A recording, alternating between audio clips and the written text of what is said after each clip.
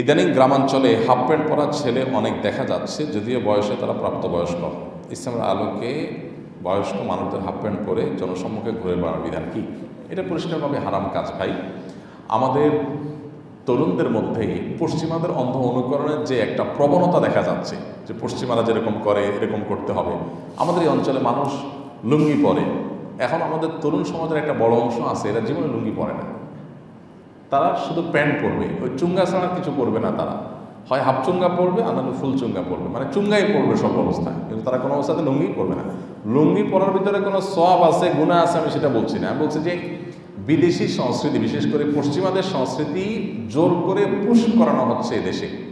এবং তার একটা উৎকৃষ্ট উদাহরণ হলো এটা, যে আমাদের তরুণদের কিশোরদের আজকাল দেখা যাচ্ছে যে তারা প্যান্ট তো পরছে হাফ প্যান্ট পরছে, এবং হাফ প্যান্ট পরে নির্লজ্জ হতে ঘুরে বেড়াচ্ছে। এই নির্লজ্জতাটাই বাচ্চাকে কিশোর গাইনের দিকে নিয়ে যাচ্ছে।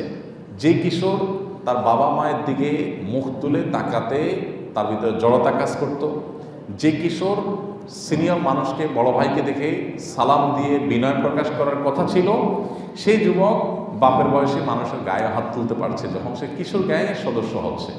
এই নির্লজ্জতা শুরু করতে থেকে এই সাংস্কৃতিক আগ্রাসনগুলোর শিকার হয়ে সে এখান থেকে তার নির্লজ্জতা শুরু করেছে, সে নিজেও টের পায় নাই।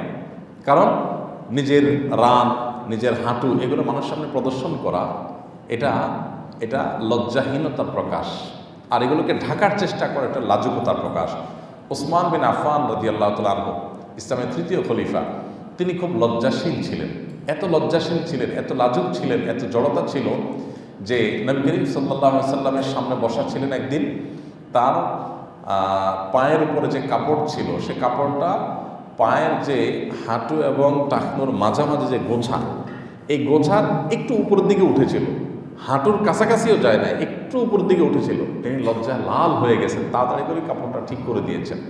এটা বলে লজ্জাশীলতা। এখন এই কাপড় যদি হাফ প্যান্ট পরে ফেলতে পারে কেউ, তো কালকে ন্যাংটা হইতে কোনো অসুবিধা নেই, পরশু ন্যাংটি পড়তে কোনো অসুবিধা নেই। এটা হলো লজ্জাশীলতা কমে যাওয়ার একটা আলামত। বাবা মার উচিত সন্তানদেরকে দ্বীনের সঠিক দীক্ষাটা দেওয়া, যাতে করে তারা বকে না যায়।